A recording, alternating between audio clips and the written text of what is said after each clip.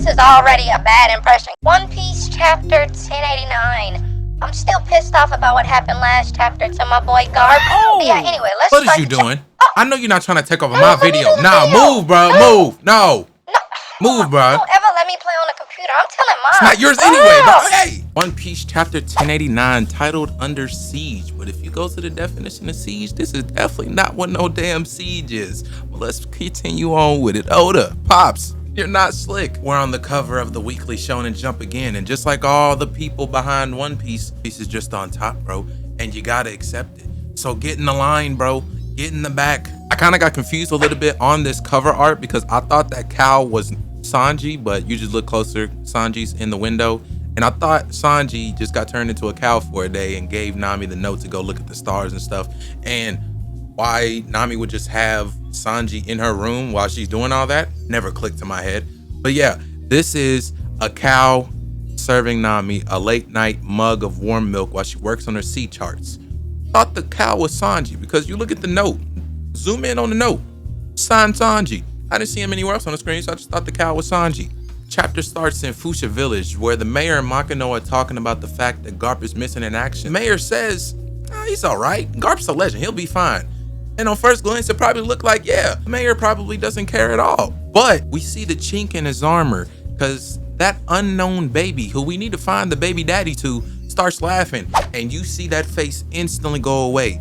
And it shows that he truly does care. He's just putting on a strong face for his people. He really does care. He's about to beat that baby up. That's kind of messed up, bro. Who is that baby's father? In the next panel, that baby is starting to recognize Luffy. But what I wanted to point out on this is that Makino calls Luffy to the baby. Luffy is the baby's Aniki or big brother. Now, is there some type of relation between this baby and Luffy? If there's something I need to know, Makino, I need you to tell us within the next coming chapter. We're on break. Please tell us. We're on break. Let us know in the next chapter. Because this baby got green hair. Now that I think about it, if that theory is true, that Shanks and Makino had that baby, well then yeah, that would be the baby's older brother. That makes sense. Let's get into the juice of this chapter. Everywhere in the world, and by everywhere, I mean everywhere, there is a crazy earthquake that is going on. It is being felt everywhere, and it goes from each sea, showing the panic that's going on and that this is no regular earthquake. This is hitting the East Blue people in Logtown, the South Blue, the West Blue, in a place that looks familiar, but I wouldn't have the closest clue of knowing where this is. Panic is ensuing everywhere, including the North Blue and the Grand Line as well. We see Laboon for the first time in a while. Good to see you, my guy. Over at the Red Line, also in distress. Now, the reason why this earthquake is happening is because this is the residual effects of the non-Buster Call, Ultra Buster Call that happened on Lelougia, the bye-bye beam. And this earthquake only happened 6 days after the bye-bye beam shot out on Lelougia. And we actually get to see Lelougia, or what used to be Lelougia.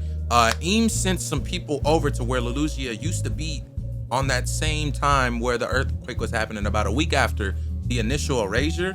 And we see a Lelougia-sized hole in the ocean. But what's interesting is that there is still a hole in the ocean after a week that isn't filling up.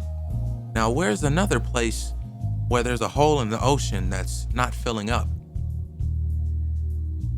Glad you're thinking just like I'm thinking. Is that possibly two of the same thing, or was Oda truly thinking about that all the way back then? I guess we'll find out. This earthquake rose the sea levels an entire meter, and this is actually enough to sink some islands, as you can see here. And the revolutionary base where everyone is, the island that they're inhabiting, their beach has been completely overrun, and it is now just an island with no beach. Now, a quick thing that could be nothing. We get a close-up on Whoopa Sleppa, and I don't know, that look on his face doesn't look like confusion. It looks like he's rather questioning something that's happening. Do you know something? Because why would Pops give this man an entire close-up? Is there something that you know that we need to know? Now, let's get into the main event of this chapter. We finally return to Egghead after so long. It has been so long. Finally return to Egghead, where there's a report coming in to the warships at Egghead that the sea levels have risen worldwide, things that we already know, you know, filling us in and filling the Marines in on what's going on. And then we get a quick head count on the Marines. There are over 100 ships of varying sizes and classes, 20 great warships, and a total of 30,000 Marines. But what needs to be known is that on some of these ships, there is a combined 9 vice admirals. Now, correct me if I'm wrong. There's like 50 vice admirals in total, right? Like around that number. Am I right? So why do they need a fifth of their vice admirals just for Vegapunk when they sent CP0 there to assassinate him already? They're sending Kizaru there to go finish the job, and as a member of the Gorosei there too. And if the Gorosei have these weird devil fruit things that's strong enough to be able to protect Emu, or well, not that there's the holy knights and things like that, but if they are there to protect him as well and they have the power to do that, why all these people? I guess we'll find out. Like, maybe this is just a thing where, you know, send as many people as you can to ensure that things is gonna go okay, and just bring everybody, because right now the Marines are just like, everyone is somewhere. Like, everyone has been sent somewhere. Each admiral is gone and on about their business. So I guess they just needed Kizaru to go somewhere, and yeah, bring 30,000 Marines along with you and 9 vice admirals for Straw Hat Luffy, I guess. I ain't gonna lie, Mugiwara, you got it in for you, bro.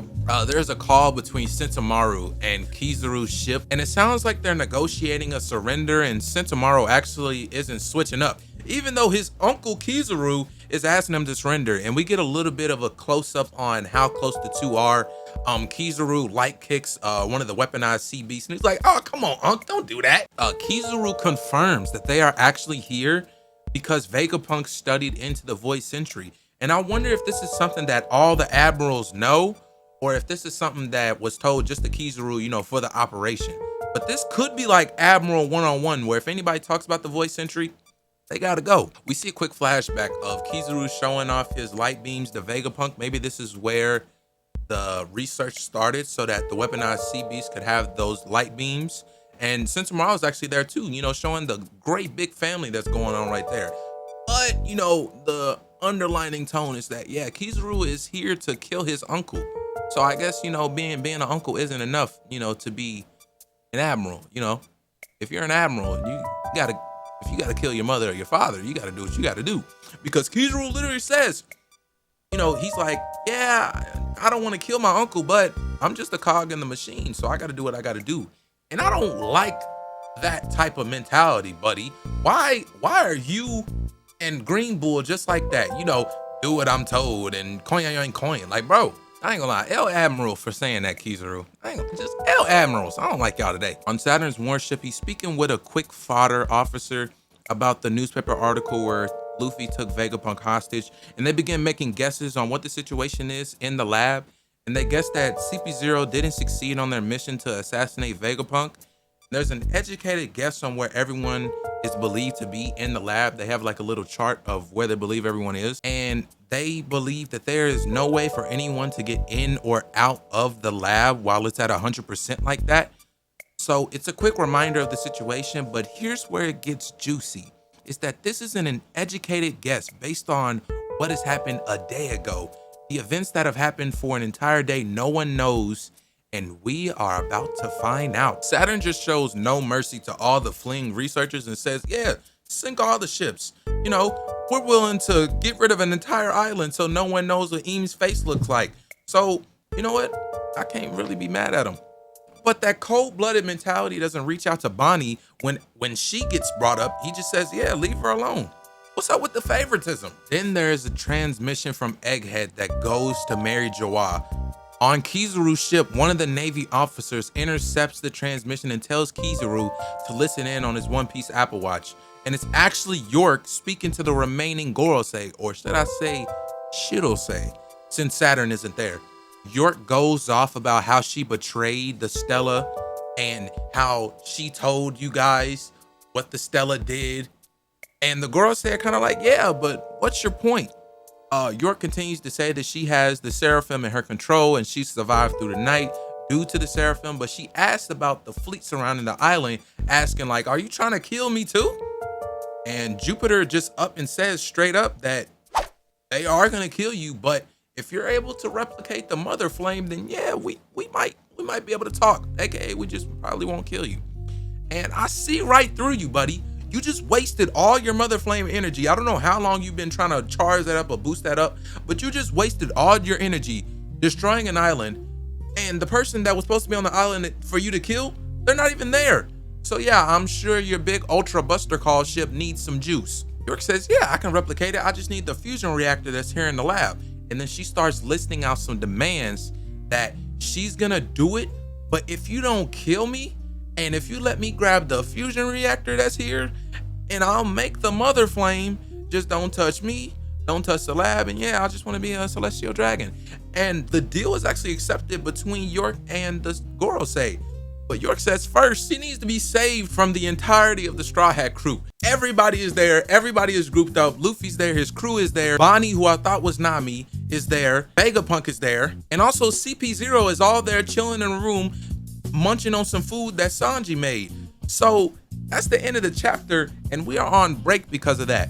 But honestly, moving forward, I think the next chapter is going to be crazy. I don't think I've seen a chapter where we went on break and it hasn't been crazy afterwards. So in the comments down below, what do you guys think is going to happen in the next chapter? And also smack the subscribe button if you ever watched a One Piece anime or read a One Piece manga chapter. With that, again, we're on break, and yeah, W first video. Ciao.